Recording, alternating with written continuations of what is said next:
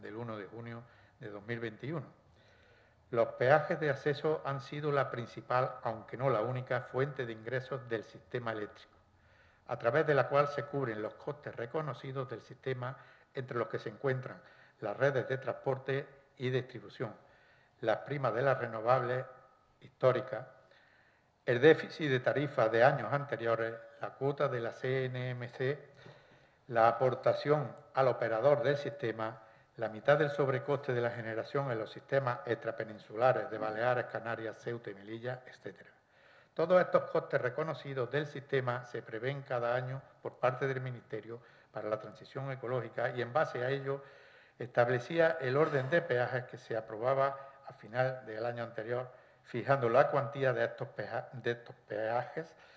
con el fin de que cubriesen los costes del sistema y de este modo el sistema eléctrico no incurriera en desequilibrios que conllevasen a un nuevo déficit de la tarifa. Los peajes de acceso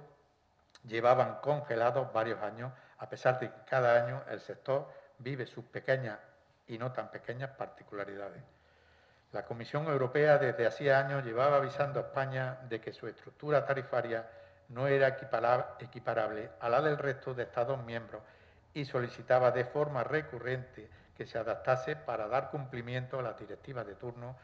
y para hacer más homogéneos las comparaciones que realiza Eurostat a nivel estadístico. El Gobierno del Partido Popular durante la legislatura de Mariano Rajoy, para solventar los problemas con Bruselas, introdujo conceptualmente una nueva estructura tarifaria en la ley del sector eléctrico. Sin embargo, no realizó ni tan siquiera el amago de elaborar la normativa de desarrollo que hiciese efectivo ese cambio. Es más, estaba inmerso en otro conflicto con Bruselas a cuento de quién era el responsable de definir esa nueva estructura tarifaria, ya que el Partido Popular quería asumir desde el Ministerio de Energía la competencia exclusiva, mientras que la Comisión Europea le afeaba que eso no debía de ser así y que el resto de los Estados miembros lo tenían repartido entre el Gobierno y el organismo regulador. Este contencioso no se soluciona hasta enero de 2019, ya con el Partido Socialista Obrero Español en el Gobierno en solitario,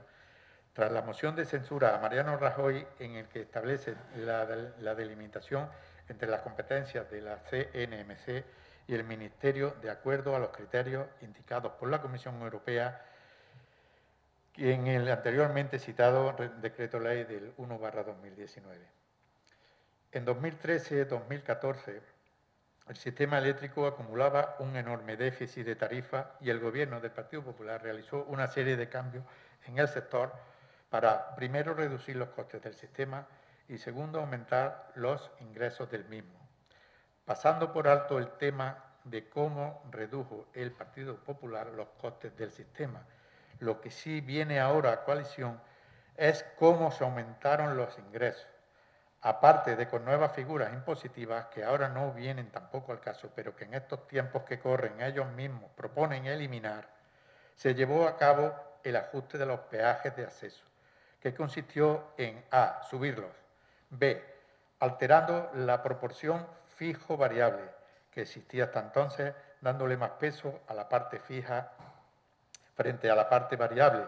lo que tenía un efecto perverso para el ahorro y la eficiencia energética, ya que aunque un consumidor consumiera poco, seguía pagando mucho en la factura. Para terminar de entenderlo, los peajes de acceso tenían una parte variable que estaba asociada al consumo energético y otra parte fija que estaba vinculada a la potencia contratada. Antes de 2013-2014, el peso del peaje de acceso en la parte variable era mayor, por lo que si consumías más, pagabas más, y si consumías menos o de forma más eficiente, pagabas menos. En la parte fija de los peajes era menor. Sin embargo, el Partido Popular cambió esta proporción para asegurarse unos mayores ingresos con los que combatir el déficit de la tarifa. Dio más peso a la parte fija. Efectivamente, el actual cambio de estructura tarifaria da más peso a la componente variable, pero no es incremental en función de la energía consumida, de forma que el coste a pagar por las personas consumidoras por los primeros kilovatios sea inferior a los siguientes, tal como fija el acuerdo de gobierno de coalición. Para mantener esta situación similar a la actual o la que se pueda disfrutar de un mínimo ahorro económico, el consumidor tiene que realizar una comprensión de la nueva factura tarifaria, lo cual se antoja en el corto plazo inviable, toda vez que está comprobado que ni siquiera la anterior estructura tarifaria era comprensible para la inmensa mayoría de las personas consumidoras y mucho menos aún para los colectivos más vulnerables. Y ahora se complejeriza con nuevos periodos horarios. Un cambio notable y sustancial en los hábitos de consumo diario, trasladando los consumos principales de la vida cotidiana, como puede ser cocinar o poner la lavadora, el lavavajillas, el horno o la plancha, en horas llanas o valles, lo cual también se antoja complicado a priori, o al menos en el corto y medio plazo. Por no hablar de las situaciones complejas que pueden producirse de la nueva situación de teletrabajo en la que se encuentra una parte de la clase trabajadora, personas en paro que se encuentran en su domicilio durante las horas punta, pensionistas, jubilados y otros colectivos. No resolviéndose estas dos premisas, se corre el riesgo evidente de un incremento de factura de muchos consumidores domésticos, a lo que se suma que llevamos varias semanas con precios en el mercado mayorista muy elevados, con precios de gas en los mercados internacionales también muy elevados, con el precio del CO2 disparado, etc., y que están provocando una tormenta perfecta para andar más en las dificultades que sufren los consumidores en beneficio de las empresas eléctricas. Por tanto, se hace necesario tomar una batería de medidas urgentes para limitar los beneficios de las compañías eléctricas y acometer los cambios en la estructura tarifaria. Por todo ello, el Ayuntamiento de Villa del Río adopta los siguientes acuerdos. Primero,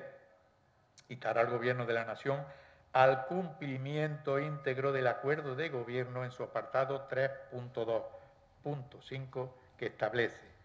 modificar la factura eléctrica con el objetivo de reducir el porcentaje que representa el término de potencia, que el término variable de la componente regulada sea incremental en función de la energía consumida, de forma que el coste a pagar por las personas consumidoras por los primeros kilovatios sea inferior a los siguientes, incentivando la eficiencia energética, sustituyendo la actual estructura de tarifa eléctrica que entró en vigor el 1 de junio de 2021. Segundo, instar al Ministerio de Transición Ecológica y el reto demográfico para que durante el proceso de sustitución del actual sistema tarifario por uno nuevo, progresivo y no horario, solicite a la Comisión Nacional de los Mercados de la Competencia la revisión con carácter de urgencia de la Circular 3/2020, por la que se establece la metodología de peajes de transporte y distribución, creando una diferenciación estacional entre los periodos de invierno-verano, típicamente más intensivos en electricidad por el uso de la calefacción y el aire acondicionado, y en primavera y otoño, que se corresponde con meses más templados y con menor demanda eléctrica doméstica. De igual modo, se insta a la revisión de los tramos horarios de tal forma que se adelante el periodo valle nocturno,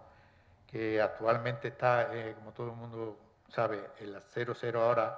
a las 22 horas, es decir, que se adelante 2 horas más. De acuerdo con el Real Decreto 148/2021, que establece la metodología de cargos del sistema eléctrico que completa, junto con los peajes de transporte y distribución, la nueva estructura tarifaria, la modificación de la citada circular de peajes tendrá traslación automática en los cargos del sistema. Tercero, que este consistorio municipal apoya la pronta tramitación parlamentaria del proyecto de ley por el que se crea el Fondo Nacional de Sostenibilidad del Sector Eléctrico, que tiene por objetivo sacar de la factura eléctrica del consumidor en el concepto de cargo la retribución específica que reciben las tecnologías de generación de electricidad a través de tecnologías renovables con generación y residuos, que será financiado por las comercializadoras de electricidad